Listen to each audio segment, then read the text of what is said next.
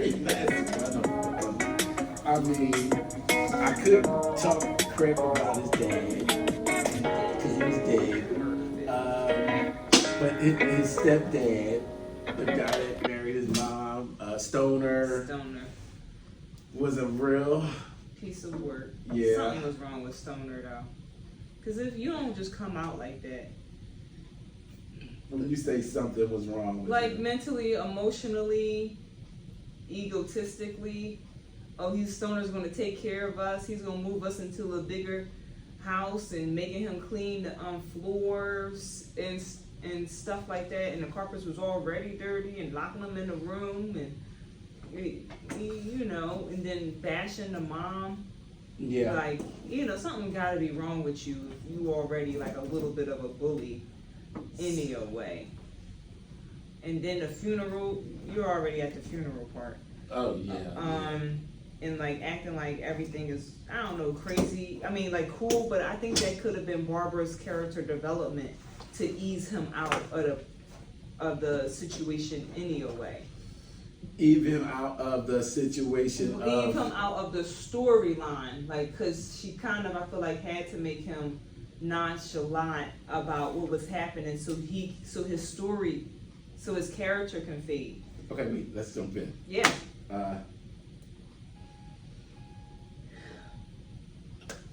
Welcome to another episode of Building Brilliance Book Club. I'm your host, Brian Wilson. I'm Javada Hill. And we are here with today's book, Demon Copperhead by Barbara Kingsolver. Yeah. Kingsolver. Right. I like saying that. Yeah. I like saying her name. King solved something. Yes, it was a word twister.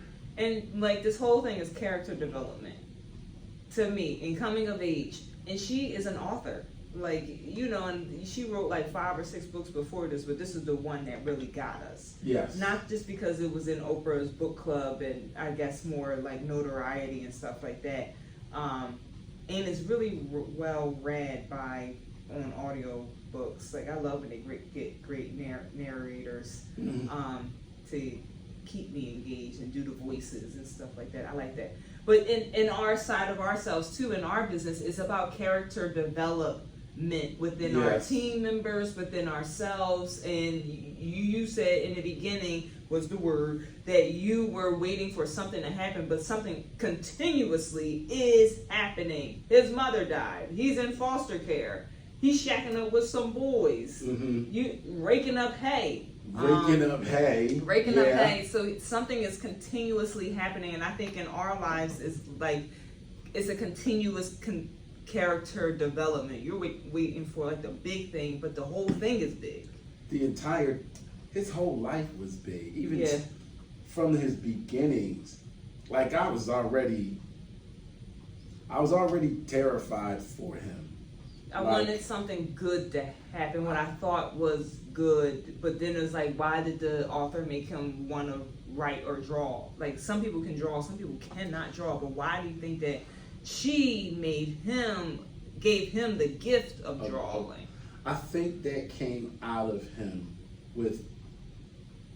so I'm trying to set the stage. Rural Virginia, early 90s. The opioid epidemic. There is agricultural farming land. Backhill trailer trash. Bad teeth. Poor education. No one leaves the town. Everyone knows everyone. Everybody knows everybody. And their affiliation with the city. Like, people be like, oh, I ain't going to this. Please don't put me in a foster care home in the city. And I was like, some people like really like nowadays too be like, oh, I ain't going to the city. Me, I'd be like, yeah, but like, the city, but put me in the city. Right. But then I think that's a cycle. But he never experienced the ocean and the city. And the ocean reminds me of homegoing because homegoing ended in the ocean. Why is you want to get to this ocean? He hasn't got there yet. He hasn't gotten there yet. It's so many things.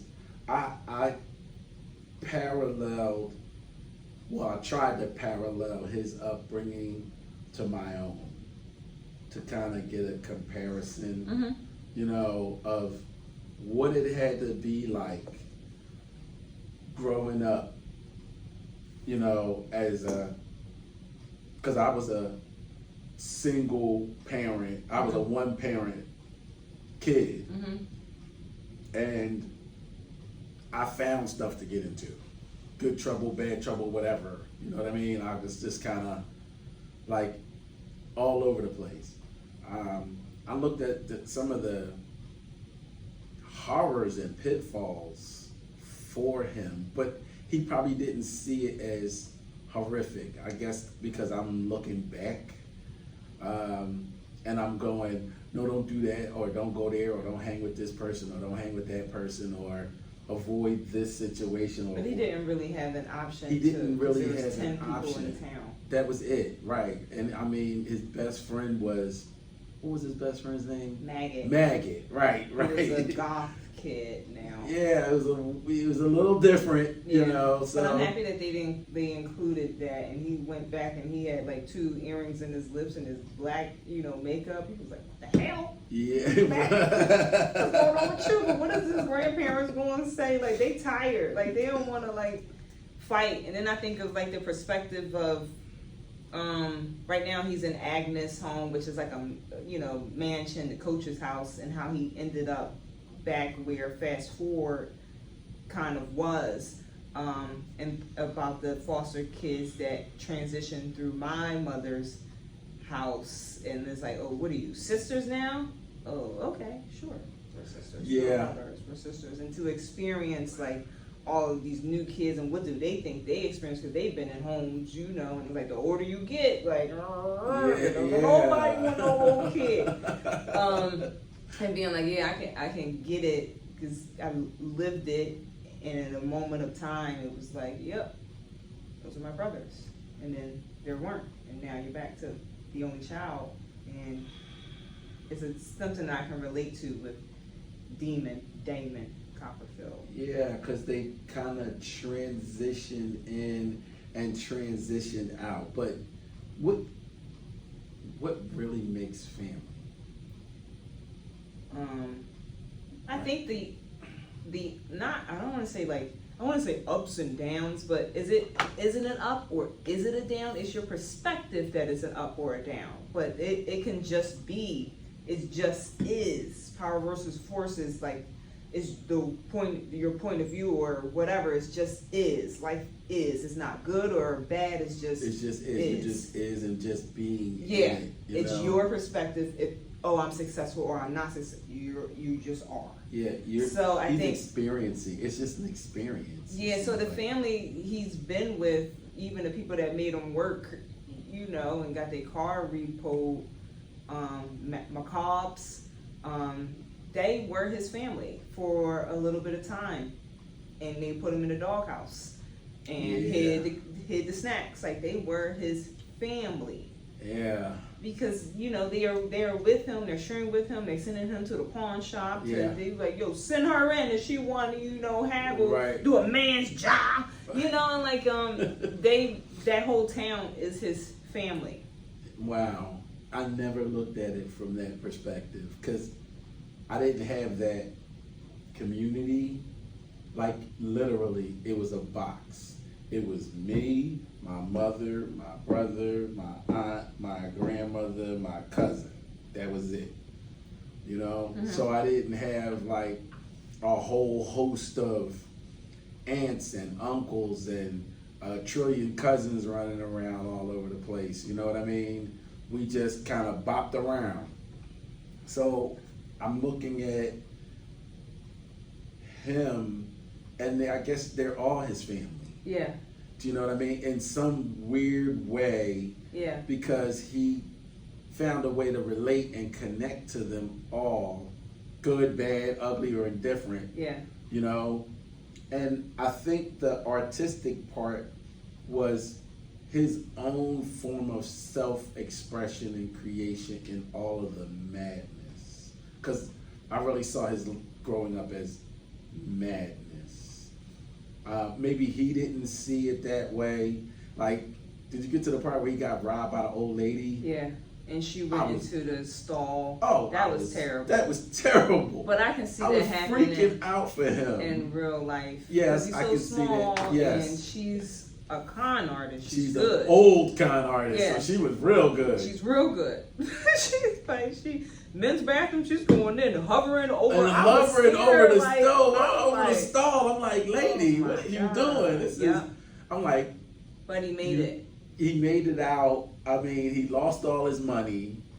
But that is to me like a part of all of this. The stock market crash, you lose all your money. It was just jumping off the table. When people lose their money, they commit suicide. Yeah, they commit suicide. They go skydiving. Yeah, they go skydiving. Or and I just think of that he just kept it moving.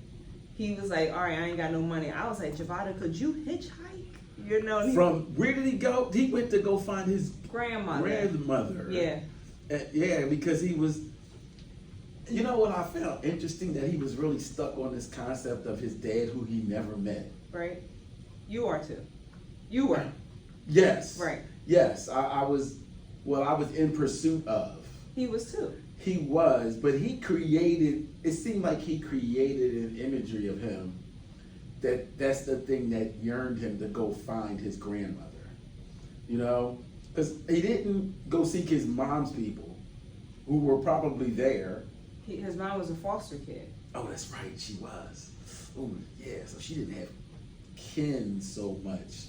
So I guess this idea of his dad was the thing that yearned him to go and find his grandmother, and then find the grave site of his dad. I mean, that was a real strong draw to create this imagery of your dad in your mind, of what you think he's like, and then affix yourself to it, and then use it to guide you to get to him. Because it seemed like he was really driven to get to that gravesite. He was driven to get to family.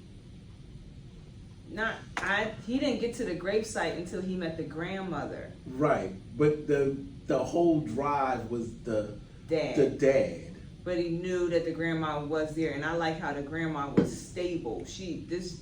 I think, like, to me, I picture her house better than Coach's house, even though Coach's house is like a mansion, like a castle with many rooms and everything. Oh, that's nice. I would give you with many rooms. What's a verse? He got there. At the end of the day, he got there. But Grandma's house seems really nice, but he was always looking for community. He was looking for family. That was driving him. Yeah. And I think that in this world, too, real estate world, we are a community, too. You create a team to create family. Yes. Community, a sense of belonging. He was like, oh, I got cousins. I got a me mom. And he didn't think that he had that one before. Like maggot. And this kid was 11? Yeah.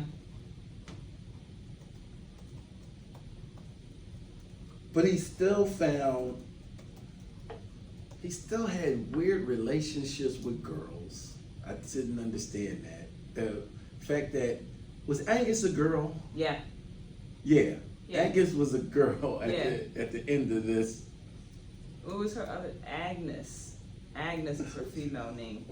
But I can see how that is. The mom dies, and then the father seems like he's all about coaching. So she's kind of like football kids. The football coach's kid. But no one pays attention to her. But like, maybe if I dress like a boy, then my dad will want me because I can't throw a football, and he don't know what else to do with me.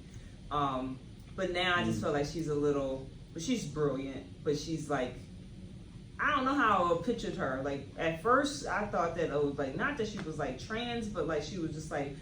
Yeah, because I don't think they were old enough to go. I don't think they had that concept in 1980s. I think that they were trying to fit in.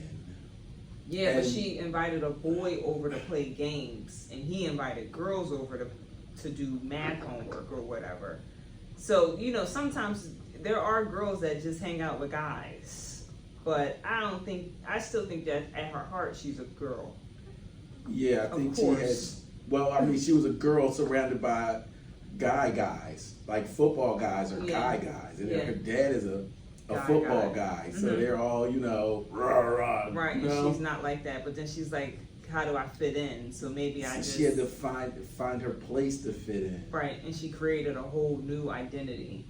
I think all of these kids had to find a way to fit in. Yeah. You know? Yeah.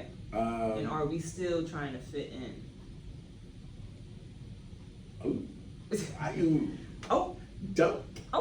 Okay. I like that. Yes. I think we all are. No, I don't think We're so. still trying to. Sometimes. Because when you think like, oh, when people don't go to things and don't interact, they're lonely. But then other people gotta go. Because for what? To be seen, to interact, to be a part of the community?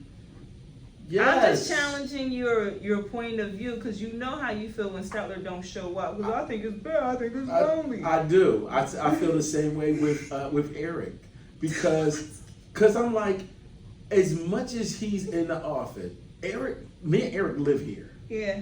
Eric and I pretty much live here. But what does it matter if he doesn't? He's not trying to fit in anywhere. He's not. He knows that he's here. Everyone knows that he's here, but he's not trying to fit in. But it doesn't make it mean that he's not in. But how do you?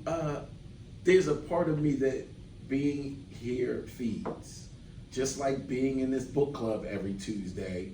It feeds a part of me. Like, I'm at the point where I have to be here. Mm-hmm. Do you know what I mean? Mm-hmm. Because it feeds a part of me. How can you separate yourself that much from your family and friends to be isolated here in this office for umpteen hours a day, a week, or whatever, and not interact with the other people who are also here? I mean, it's like being on a football team and not wanting to play football. Well, then, how do you feed the other parts of you? They figure out a way. I'm sure they do, which I think is interesting when you spend so much time here. Like, as much time as you spend here. I would love to get to shift that paradigm eventually. I don't have the tools right now. I don't see nothing. I'm not saying anything. I'm not trying to make anybody wrong. Right. I'm really just trying to understand. And what does understanding mean? It wouldn't make a difference for you to understand. What would it mean for me to understand? Yeah. Would it alleviate? Would it quiet a voice inside of you? What difference does it mean to understand? Okay. Just like Demon was in search of something, that yearning, that question that he had, it's the same question for me. Like, I get fulfillment being here. I am propelled to do my job that much better because of the interactions that I have with you and all the other agents in the office. It no matter what's going on in the real estate industry, I know that I can come here, kumbaya with the rest of the agents. We can all wowsy woo woo about how bad things are, but we all after that break. It's the tush push. We back out there on the field. Do you know what I mean? I don't know how to be a part of the office and not interact. I don't know how to separate myself from the rest of the office. Like, I'm affixed to it now. Like, I'm permanently affixed to it. I don't understand how you can come into the office every day and not be connected to the other people in the office. I can see it with Brian Stetler because he's not in here as much. But Eric, I'm telling you, Eric and I are in here. I think we're almost in here the same amount of time. And I mean, I'm in here on Saturdays and Sundays, and Eric is here. Like, we'll get here at almost sometimes at the same time. And then I'll leave and he'll still be here late into the night, like 8 o'clock, 9 o'clock. I'm like, don't you go home? I go home because my cats are there, you know what I mean? My wife is there, my daughter is there. I'm like, okay, I gotta get out of here because I wanna go at least interact with them for a couple of minutes, you know, before the day ends, you know? I wanna have some them time, you know? Because it's the other part of fulfilling, you know? But coming into the office, Linda and I get here almost every day at the same time. It's that connection.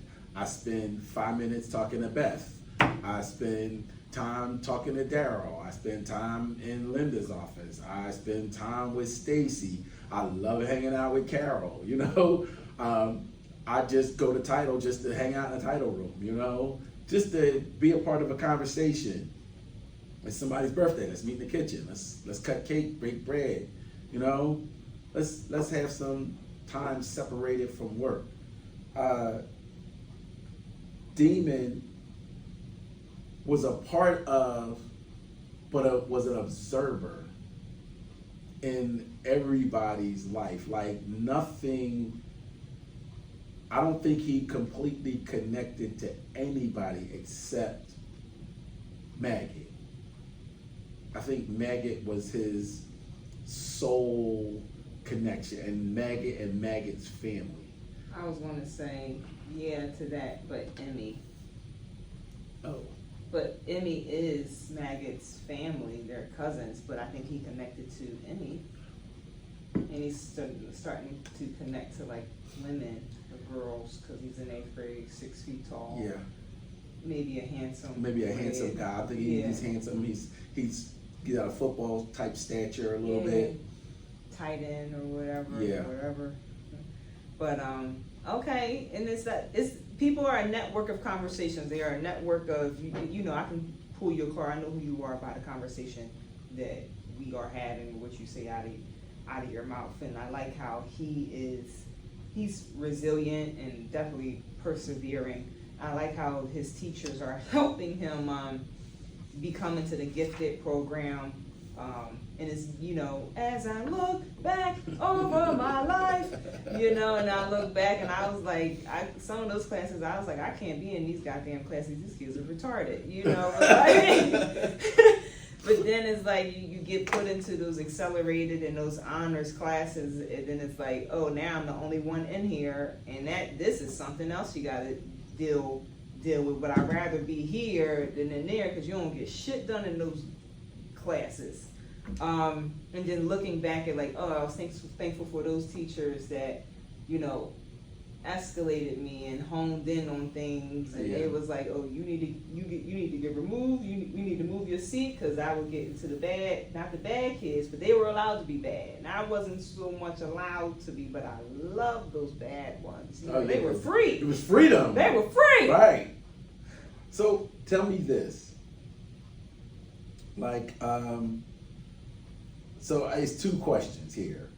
So the first question, which was kind of weird, how does Demon's voice as a narrator shape your connection to him as a character?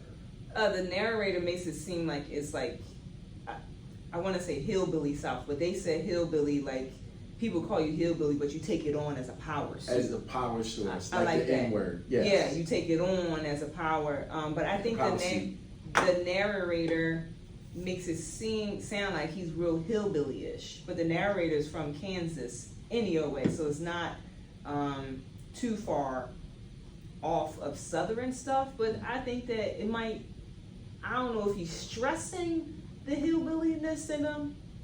Yeah. But that's, the narrator makes it seem like it's like backwoods, trailer, park, people. They had 20 black people in the town. it makes me just think of like trailer stuff, but it's not all his Maggot's house and his house. They were in a trailer, which I think society is making trailer life seem a little bit better, like TikTok and stuff. Like you can have nice trailers, but I'd be like, God forbid, you know. Yeah, like, we want sticks and bricks. But people can live there, and it's a house, it's real estate, right? You know, and it's okay. It's okay. Some weird way. I don't mean it like that. I don't mean it like that. But it's your perspective, and it's like it opens us up to other people's worlds, and that we're not separate from their world. He is a part of my story too. So that's how the narrator voice has me think about him. So I had to. I was struggling because listening to him for me sounded like listening to a kid talk. He cusses a lot for a kid. The way he chopped up, I can relate kids to that. cuss a lot. Yes, but then I also tried not to prejudge him as a kid from an adult perspective. I was really trying to step into his world from his perspective, and it felt for me raw and dirty and always hungry and a little separate and distant, but still trying to create some connectivity and closeness with people. Like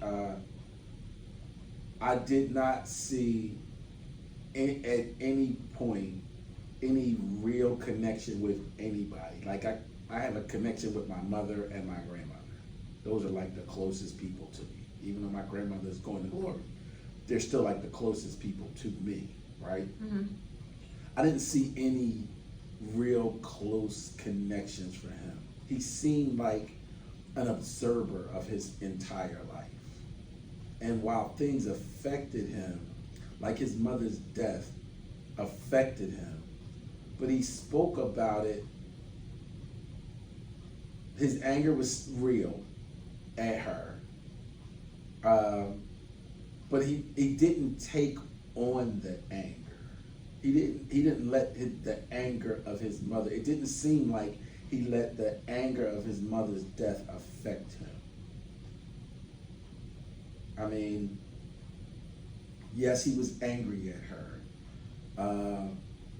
He looked at her drug addiction as a part of her life, because it was. That's how he came in the world, in the amniotic sac, while she was drugged out on the floor, you know. So it's always been a part of her life. So he didn't judge it as so much bad. He seemed pretty much, this is her and this is what she does and this is how she is, you know, in and out of rehab. And he just seemed more an observer of his whole life, more so than any emotional sway one way or the other. Not extremely angry, not extremely revengeful, not extremely happy. He just seemed like an observer going through life. Aren't we all? I would like to say that, but sometimes we are affected by everything. Yeah, sometimes we're really in it, and then sometimes it's like, okay, like, oh, there's a war, okay, and not like you're so numb to it, but him being born into that situation, like, not that he's numb to it, but he's like, oh, okay, like, but when he was in the McCall's car and punching the dashboard, I think like that was a little bit of his anger coming out, or not crying at the funeral. That was a little, not pride, but just like, I'm so tired and whatever. And it's like he, the anxiety of not knowing where you're going sometimes could have just not sent heart palpitations, but he going from foster home to foster and not knowing if they're going to keep me. Right. And like that. He just seemed like tumbleweed blowing in the wind. Like, okay, I'm going over here. I'm I'm returning back to dust. Like I watched the Avengers Infinity Wars. You like that? Yeah, I've seen them. And then at the end, when they're like fighting the big purple guy, they return to dust. Like they all fade away. And I was thinking of some verse that you're here for your time. You hit 100 years, 100 new people. Like you're gonna go back to dust at a certain point. So zoom in, zoom out. I'm on a planet spinning around in the middle of outer space. How did you felt the author portrayed the rural Appalachia? I don't know what that is. The mountains, the area. The rural? Yeah. Royal? The rural, rural, rural. Fair. Like, how did I feel like she portrayed it as a community? Yeah. Really good. I saw this video on TikTok. Well, not good. I mean, like in accuracy. I saw this video on TikTok. It was just like people that don't leave small towns, and like, yeah, that's accurate. I could not. I mean, I guess if I was an author, because I guess we have a hand in our own story. But if I was born in the South in a small town, my God, would I be someone that would be like, well, I'm moving you down to this small no man's land? My God, I think I would make it totally. Because at a certain point, I think the slowness of it, they don't have internet at this point. I mean, they don't have internet. They have TV. They have TV. And that's a whole different world. 90s, yeah. Like. So you're really detached. Yeah, you can be. When you leave school, you leave school. Yes, it's a wrap. Yeah. What does the book, from where you are with it, say about resilience? The fact that he, like, everything from the kids at school to him not having a haircut to walking down to his mom's house to getting robbed by that woman. He is he's not giving up. Stuff happens to him and then he keeps going. And he doesn't seem to fret or complain too much or have a nervous breakdown or anything like that. He just kept figuring it out. And I was like, could I be someone that hitchhikes? You know, like I would have to get so over. I'm telling you, that was discovering his father really was a driver for him to me. I don't think anything else drove him as much as finding his dead father. And it's first it's like John 14. In my father's house there are many mansions. If it were not so, I would have told you. And yeah, we say that in masonry. And that's how he got back. Like, you know, like even in what's that? Not Alchemist. The book where the Alchemist. He went all around the world to go back. Now, Demon went to his grandma's house to come back to wherever he originally started to be in the coach's house. The coach's house, who was fast forward, he coached fast forward, but they don't really talk about that connection so far. But he went all the way out to come back. Yeah. So I did a comparison of this book to the hidden messages in water. Yeah. And thought about how Demon was shaped by the people and the experiences within his life at this point. Because you see where I am in the book. I think I'm a little more than halfway. Yeah, I'm in the same book. space. Okay. Same point. So I kind of looked at how all these external factors help to shape him. He's powerful. Like, I'm trying to get to, I'm excited. I'm being where I am. But I'm like, well, you know, well, how is it going to end? You know? Yeah, that's where I am. I'm like, well, something's going to happen to him.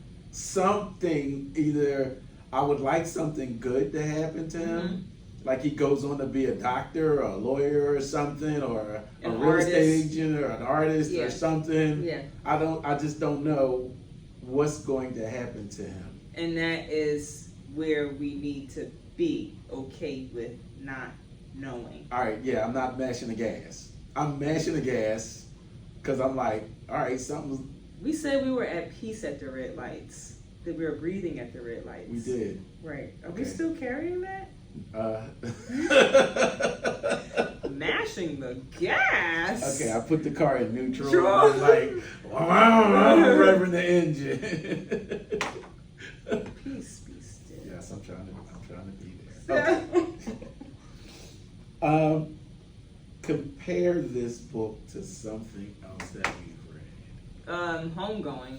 Homegoing. Yeah. Yeah. Because I like Homegoing, and it's like one of our other non-fiction or fictions. I'm still a little Okay. iffy on those categories. Which was on who was what? Or Yeah. who came first? Yeah. Homegoing, because all of it is like you're seeking something. Even with The Alchemist, which we didn't read in book club. The Alchemist? Yeah, we didn't read it. We just know about it together. I thought we Pretty read sure. that in the book club. I don't think so. We did read The We'll check Alchemist. the The notes. orange one? Yeah. Okay, then I guess we did. Yeah. 3 years ago, maybe. All right, that was a couple of years ago. But the whole thing about it still is they go all around the world to come back. Right. Okay. Yes. We haven't finished the book, so I don't know what he's coming back to yet. Right now, But- you said just sit at the red light. But right now he went to his grandma's house to come back to his town. Yeah. She sent him back. Yes. That's Lee where we're County. at. Yeah, so right now where we're at, that's what I can compare it to because that's the information that I have to go off of. Okay. I tried to compare it to psycho-cybernetics. Did you or did you not? There's no No. such thing as try. Okay, you're right. In psycho-cybernetics, I looked for happy points in his life to draw upon, to propel him to move forward. The love of his mother, because he really did actually have love for her, which is why he was so angry with her at her passing. The self-resilience to actually create this imagery of his dad in his mind that propelled him to go and seek out his family at such a young age was admirable. And the fact that he made it, found this woman who he didn't know, he barely knew, and then draw out from her information about his dad that he would have not known in any other format. Like, I was real proud of him that he was able to accomplish that. I don't know, I can't say he found joy in finding out information about his dad, but he accomplished a goal for himself. Like, he set a goal for himself and he actually accomplished it, no matter what the obstacles or the hurdles that he came about. So why do you think this book came to us now? And I think I'm stuck on the seeking you will find, ask and it will be given unto you. So what are you seeking inside of this? Like, why did this book come to us? How did this, Now. Wow. That's interesting, because this book got really introduced to us months ago from another book. It got introduced to you. It got introduced to me Yeah. months ago from another book. Mm-hmm. And in that book I found this book. So I put it on the list Uh-huh. and it popped up. Right. That's the only way. I don't know how it popped up, because I But have it all popped the up books, because and, last week was the author's birthday. so weird. Last Tuesday, the day that you suggested this book, April 8th, you was like, oh, we're reading Demon Copperhead, you know. So then I, like, why now? November we're talking about systems, and even in real estate, where it's like you're the system of everything. Your belief system come out of the hindrance of some of the belief systems that we live. Your business has a belief system. So why now for this book? What is Brian? Yeah, I think that's something. We're in tune. Oh, here. Absolutely. We're kind of like. I think work. Yeah, we're kind of getting in tune with the universe. Not kind of. Yeah, totally. But really, are falling in line of that Patagonia. Yeah. Mm-hmm. I do. So then I'm like, what are you seeking? Where do you think that you're seeking that you found this book inside of Demon's story? That calm and resilience that you asked me about at the light.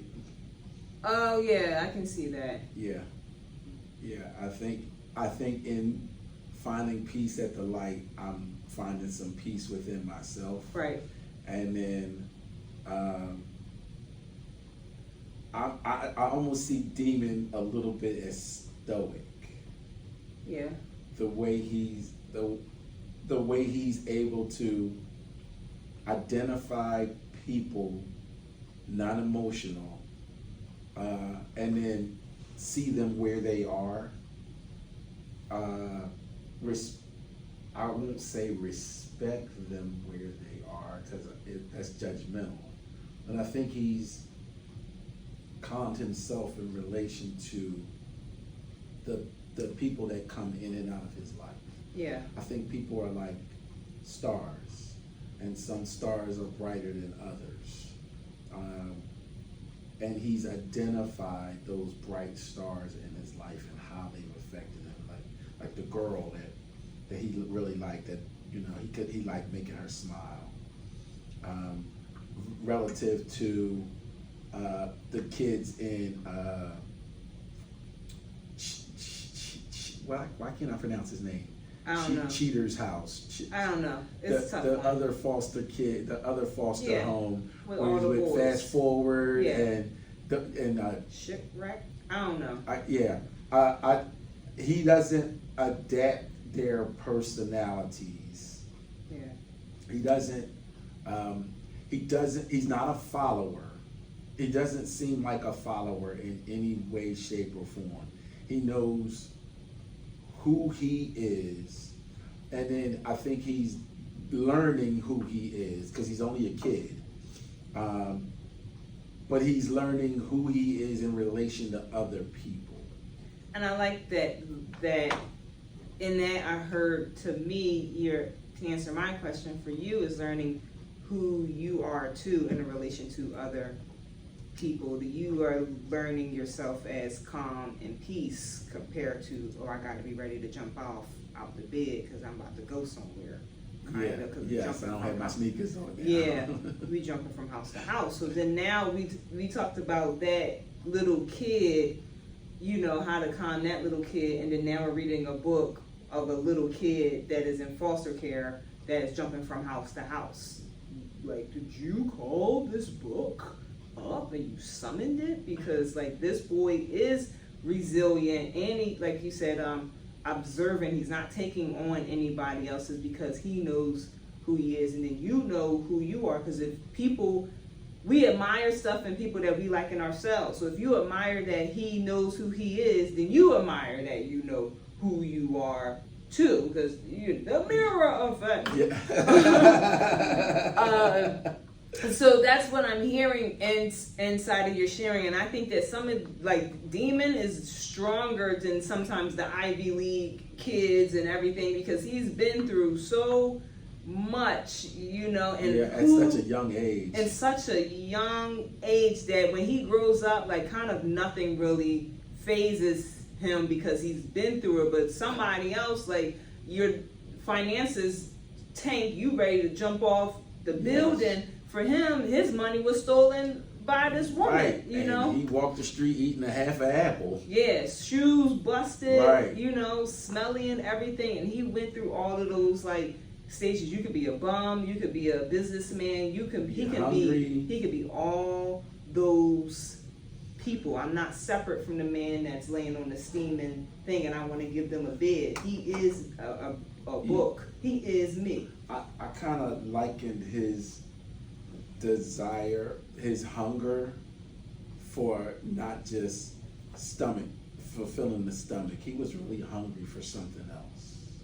Right. You know? And that's like getting out of your flesh. Because gluttony, one time I did kind of understand where he was at. He was standing at the trash cans at school when people put in their lunchable.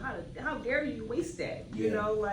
And like kind of feeling not bad for himself, but like I'm hungry, and getting down to nothing because I have to eat. But then other places like I don't really care. I got a Snickers bar and I'm gonna make it to me mom's house. Right.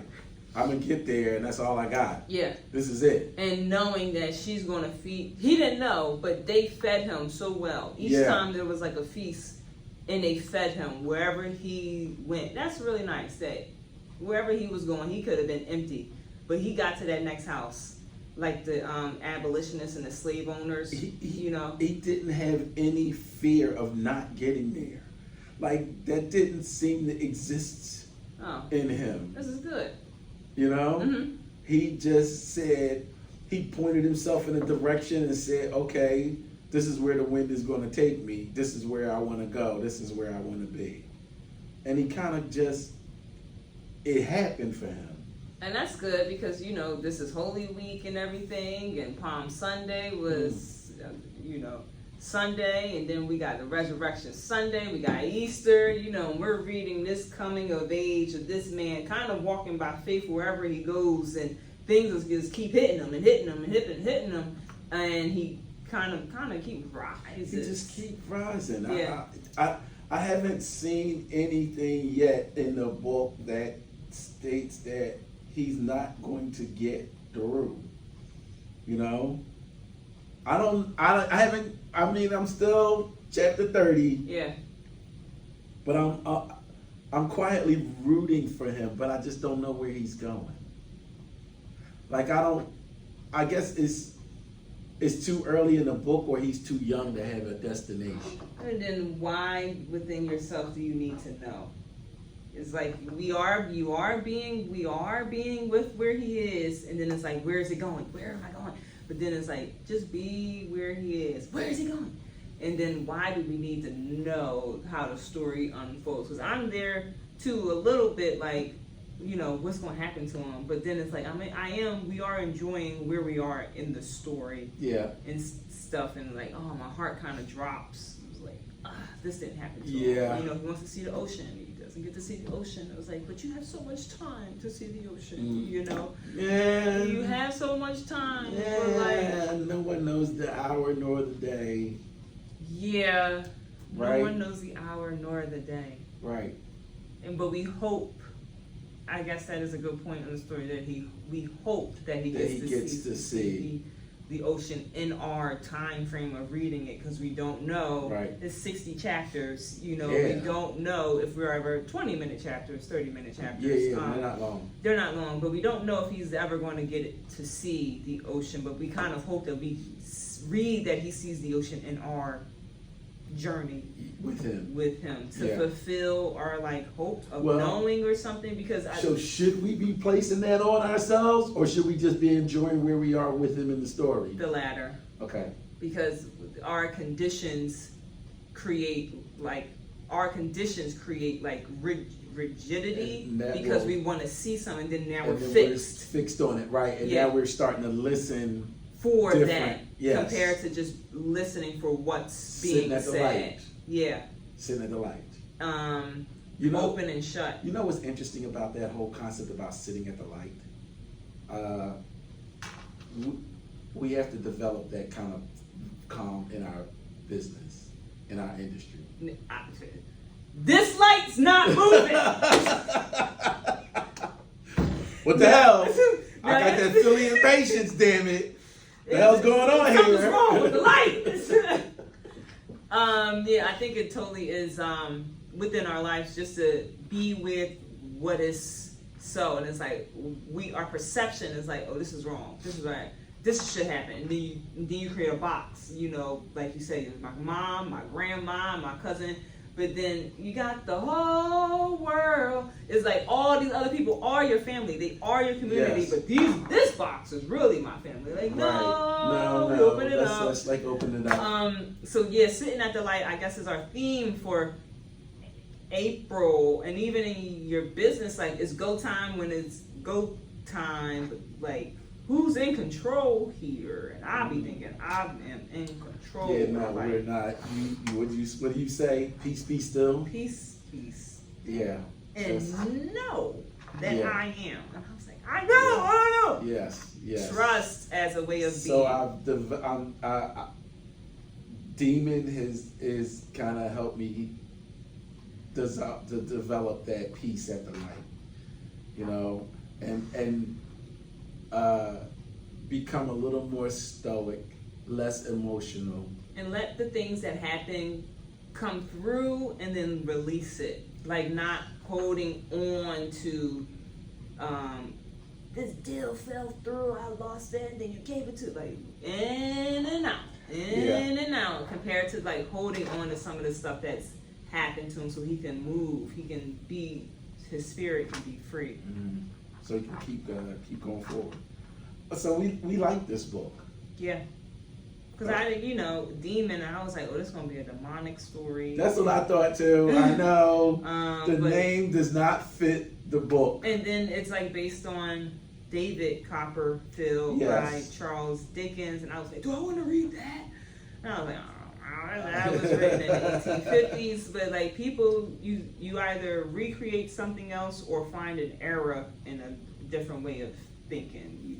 Something like that. So that's what Barbara Kingsolver did. She just recreated something from the past, and I like this story created and published in 2022.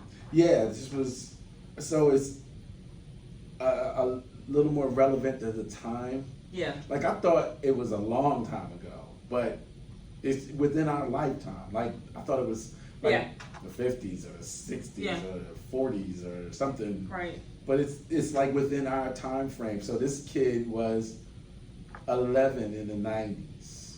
Yeah. Yeah. So it makes him more relatable. Like Demon could be sitting here with us right now. Yeah. You know? He'll be a really strong character.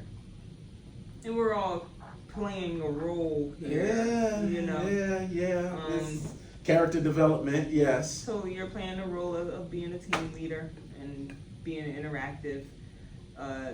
Davosky is playing the role of being a team leader, but not really interacting with people. It's a role. It's a weird role. It's a weird but it's role. a needed role. It's a needed role inside of the story. You have to have so people that are. You know what? You gotta balance the equation. Yes. Everyone is not going to be. I know, but I talked to him. He's a regular person. He is super chill. He's a regular person. Mm-hmm. And like we can talk about stuff and bond on stuff. You want to connect with him. Yes. I know. You know? Mm-hmm. Like I want to do that with everybody in the office. Why? I'm sorry. I learn, I develop, I connect. Selfish. I like people. That's weird. Not to say that they don't like people. Not this Because real estate is a relationship business. It they is. They totally have relationships. Right. Don't you? Yeah. And part of that relationship building for me is meeting new people. Right? Mm-hmm. So how do I meet new people if I don't practice meeting new people here in my own little world here? There are worlds that you created. You created this world. Yes, and I enjoy this world because Create a new world. No, not like like okay. Yeah, create a new world. All right. Create a new world of people Filled with possibilities. All right. Then That's the Lion King, right? Let's go to the Harper next week then. No. Look, Look. I didn't Create new worlds. I said you two. I didn't say I would. Oh, you don't want to be a part of my new world creation? It seems like a reimagine of this, and no. She said no. All right, so we're gonna finish this book once again, right? Thank you for joining us for another episode of Building Brilliance Book Club. I'm your host, Brian Wilson. And